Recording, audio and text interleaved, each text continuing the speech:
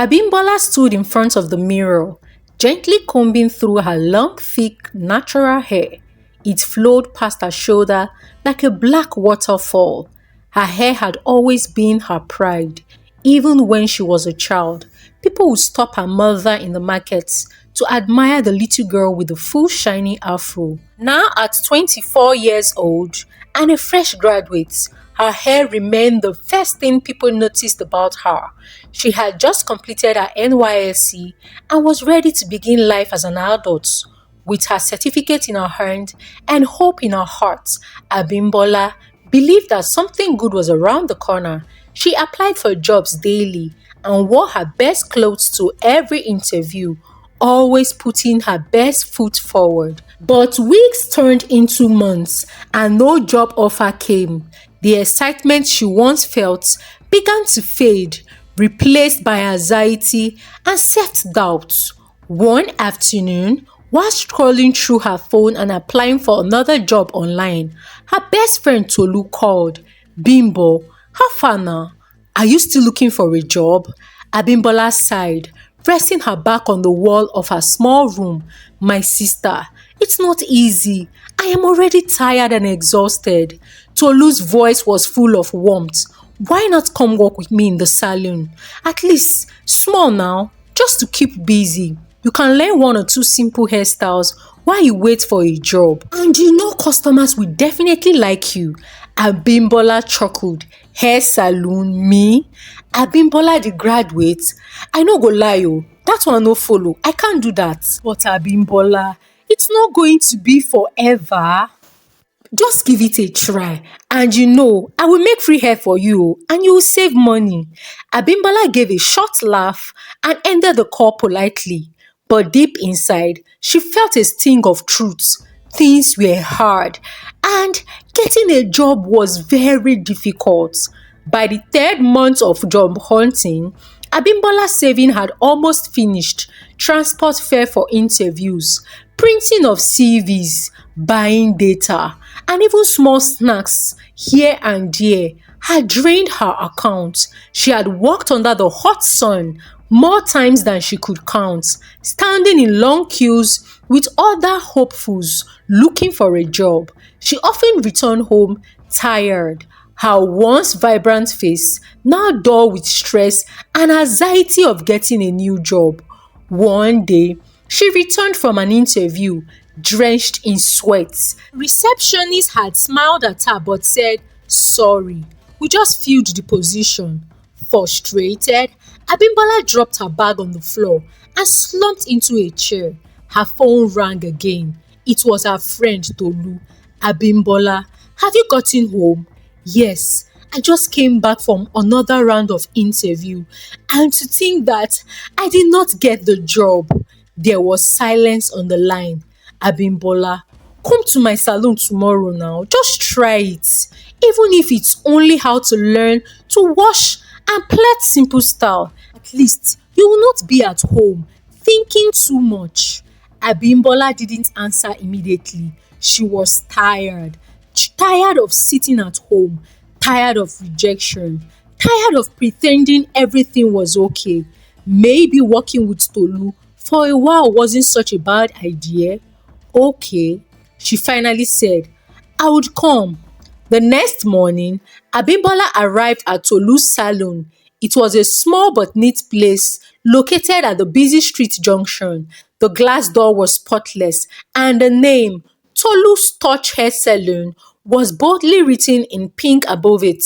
Soft music played in the background, and the place already had 2 customers by the time Abimbola arrived. Tolu, wearing a bright smile and a blue apron, hugged her warmly. "Welcome, my hair queen. Let me introduce you."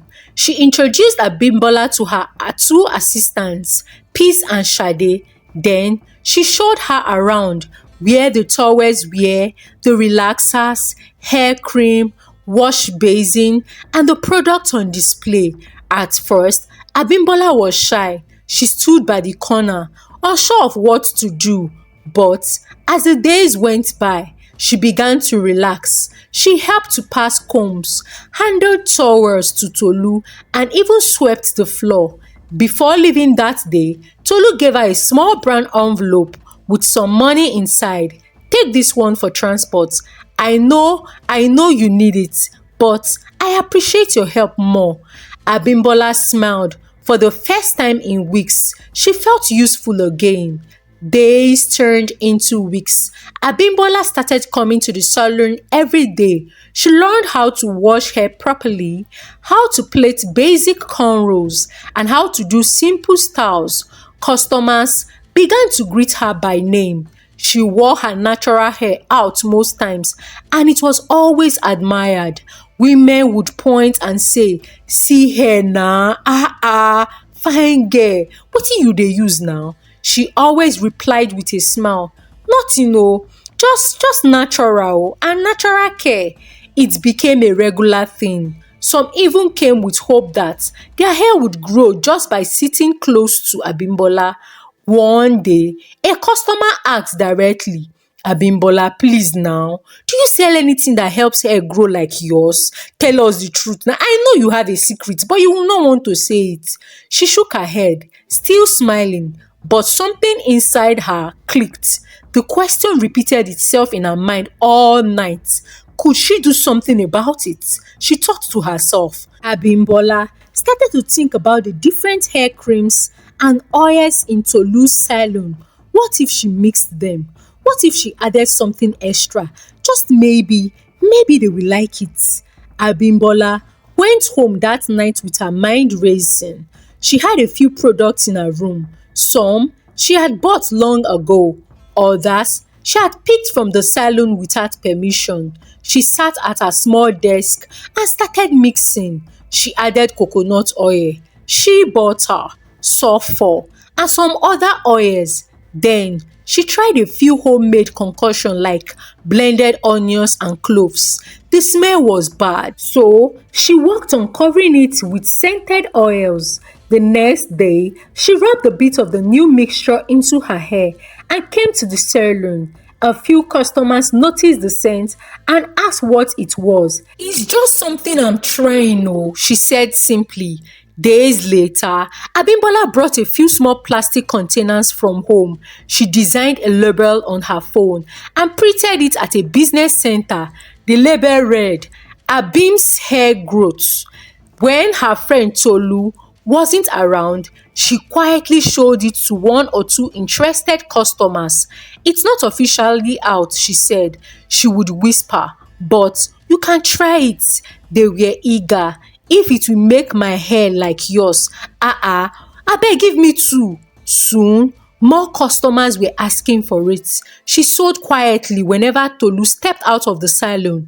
The product looked simple, but her natural hair gave it the power of belief. People trusted her. Every night, she mixed more batches, writing down the ingredients she used. She even started saving money from her little sales. Things were finally picking up. But unknown to her, this small secret was the beginning of something bigger and more dangerous. Abimbola's little business continued to blossom in secret. She became more confident with each sales, adjusting her mixtures based on customers' feedback. Every night, after returning from the salon, she would stay up late, blending oils and herbs, pouring the mixture carefully into her labeled containers. She made sure to keep everything away from Tolu's sight. Whenever her best friend Tolu was not around in the salon, Abimbola pretended to be busy with customers or helping Peace or Sade. But the moment Tolu stepped out to run errands, buy supplies, or visit a client, Abimbola would bring out her secret stash and start whispering to interested customers. "You go love am o," she would say. "Na my personal mix o. E dey make hair soft and your hair will grow so well. Just give it 2 weeks." The women were curious. They trusted her because of her beautiful natural hair. Within 3 weeks, she had sold over 30 small containers. The money she made wasn't huge, but it was consistent and it belonged to her. One evening, as she counted her gains, a new thought came into her mind. What if I can do more? What if I can become my own boss someday? But first, she had to stay under the radar. Tolu, her best friend, must not find out. Abimbola's secret sales were going smoothly until the fourth week. A customer came in frowning. Abims, I use that your cream oh, but my hair never change oh. In fact, it is even breaking. Abimbola was shocked. Ah, maybe you didn't use it well. Do you used to apply it every day? The woman nodded. I follow your instruction, but I no like wetin you dey do to my hair oh. The hair is breaking. Another lady who had also bought from her joined the conversation. My own hair still dey the same too oh. Maybe e never start to dey work sha. Abimbola smiled nervously, trying to calm them down, but her heart beat fast. She had not expected people to complain this soon. She spent the night thinking. She brought out her notebook where she had listed ingredients. She read blogs, watched videos, and joined online hair forums. She knew she needed to improve her products. If I no make this better, people go stop to dey buy you, she whispered to herself. And worse, they are going to tell Tulu. Ha! That night, she dumped some of her old ingredients and began to experiment with new things. Aloe vera gel, black rice water, and castor oil. She wrote down every result carefully, determined to get it right. After 2 weeks of research and testing, Abimbola had a new formula. This one was thicker, smelled better, and left her own hair feeling soft and shiny. She felt confident again. She created a new label, Abim's Hair Growth. Enhanced formula, she wrote. She spent more money this time on printing proper stickers and even bought simple packaging bags. She gave out samples to some customers, asking them to test it and return with honest feedback. They did. Abims, this new one e sweet well well oh. I see the difference this time around. It's looking like my edges are beginning to grow back. God bless you oh. Word spread quickly. She started getting calls from numbers she didn't know. Some customers would come to the salon pretending to ask for regular services, only to whisper, "You get that hair product?" The demand was growing, and so was her pride. But trouble was close. One afternoon, as Abimbola handed a container to a new customer, she didn't realize Tolu had returned from her errands earlier than expected. Tolu walked into the salon just in time to see Abimbola zipping a bag full of cream jars. Abimbola, wetin be that? What are you doing? She asked, eyes narrowing. Abimbola froze. It's nothing serious oh. Just some hair mix I am trying for myself. Tolu looked unconvinced, but said nothing more. Still, Abimbola knew she had to be more careful this time around. Tolu began to notice more things. Some customers would enter the salon, greet her quickly, and go straight to Abimbola. They whispered, laughed, and handed her money. Tolu also noticed the sweet new scent in the air, definitely not from any of the products she had in the salon. One evening, after they closed shop, Tolu asked directly, Abimbola, abeg, tell me the truth. Are you selling something inside my salon? Abimbola hesitated. Tolu, no vex. It's just small hair cream. I mix them myself. People ask me what I use, and I just decided to make small for them. Tolu's eyes widened in disbelief. Inside my salon? Without telling me? Abimbola stood, her voice rising gently. It's not a big deal now. Don't you understand? I am just trying to survive now. It's hustle. After all, I did not disturb your business oh. But you are using my space, my customers behind my back, without even telling me. And you call yourself my best friend? Bimbo, why? Tolu's voice cracked with anger and disappointment. Abimbola's face hardened. So, if If I had told you, would you have agreed? Abeg Tolu, no make a big matter out of it now. It is just small thing now. I will soon stop. But Tolu had had enough. No, Abimbola, I won't take this. From tomorrow, don't come back to my salon. Abimbola gasped. Tolu, are you serious? I am very serious. Pack your things. Tolu turned and walked away. Abimbola stood still, her hands shaking. She never imagined it would come to this. After being kicked out of Tolu's salon, Abimbola returned home in shame, but she wasn't remorseful. In her mind, she had done what she had to do. Besides, the business was growing and the product was getting popular. She decided to sell fully online. She created a new page online and began to post pictures of her natural hair. She even paid a new micro-influencer to advertise her products. Others started rolling in. She bought cartons of plastic containers, ordered labels in bulk, and began mixing in larger quantities.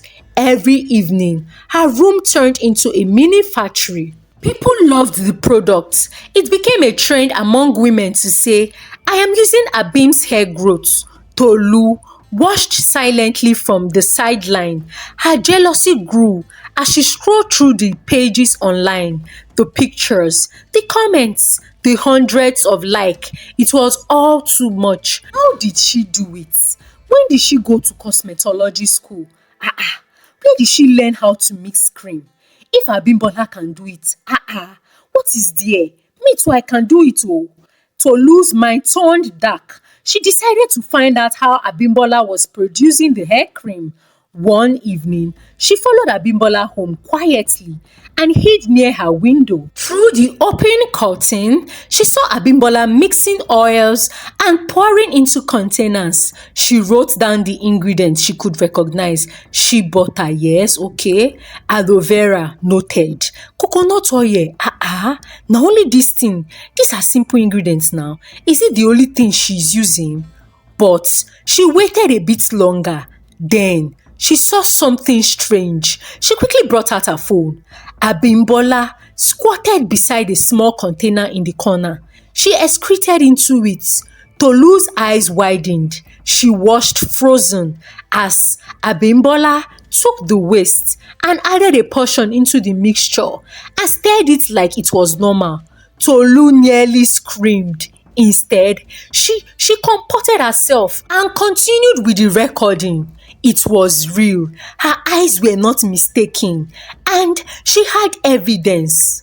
The following day, Abimbola woke up in the sound of her phone buzzing uncontrollably. At first, she smiled, stretching lazily. She thought it was just another flood of orders coming in from her online pages. Still half asleep, she picked her phone. Over 300,000 new notifications. What's happening? These people love this product oh, she muttered, eyes squinting at the screen. The first thing she saw was her own face frozen in a video thumbnail, squatting on a container in her room, then holding a spoon, stirring a bowl of cream, and something else. Her heart skipped. She tapped the video. Her own voice echoed in her ears. The clip showed her clearly, excreting and adding her waist into the cream mix and stirring it. The video had bold letters on top. See what she adds to her hair cream. Be warned. Abimbola screamed and threw her phone away. Who did this to me? Who videoed me? Another message popped up. You are wicked. We trusted you. Another. So this is what made my scalp itch. You will pay. She could hear her heart pounding in her chest. Her breathing was shallow. She staggered to the corner of her room, searching under her bed for the calabash the native doctor had given her. Her hands trembled as she pulled it out. It was dry. No, I forgot to fill it. I forgot. The native doctor had warned her as long as the calabash always had water in it, her secret will remain hidden. But once it dried up, the truth will come out like fire. She had been too busy to remember to fill the calabash. Tears fell from her eyes as the sound of angry voices grew louder outside her compound gates. The banging on the gate was wild. Women were screaming, threatening to break the gate if she didn't come out. "You go come out today, oh, Abimbola. Nonsense girl. Witch. You use your waist to make hair cream for your customers. Ah, Ika. Where are you? Come out now." And Bimbola hid inside her room, clutching her phone, shaking. She tried to call her cousin, then her uncle. No one picked up. Her room felt hot, suffocating. Her mind raced. What if they break the door? What if they call the police? What if someone hurts me? She crawled under her bed, clutching the dry calabash, crying silently. God abeg, just help me this one so. Hours passed. Day turned to dusk. The crowd eventually grew tired and left, but not before pelting her gates with sachets of water, wrappers, and insults. By 9 p.m., the street was quiet. It was now or never. Abimbola quickly packed a small bag with money, her ATM card, a change of clothes, and her phone. She wrapped her head in a scarf and wore a plain slippers. She crept to the back of the compound and used a stool to climb the fence. She grunted as she pushed herself over, landing in the next compound bushy backyard. She didn't stop to check if anyone saw her. She ran. Her feet pounded the dusty ground, her breath shaking as she moved through back streets and alleys. She had no destination in mind, just far away from the angry voices, the video, and the shame. She boarded a night bus, heading out of town. When the conductor asked, "Madam, where are you going to?" she answered with a trembling voice, "Any far place, just go." Thank you for watching this story. I hope you enjoyed watching. Kindly share with us the valuable lessons you have learned from this story in the comment section as we interact. Like this video, please, and kindly share out this video to your loved ones. Subscribe to this channel if you're not already subscribed. Until I come your way again with another story, for now, from me, it is bye.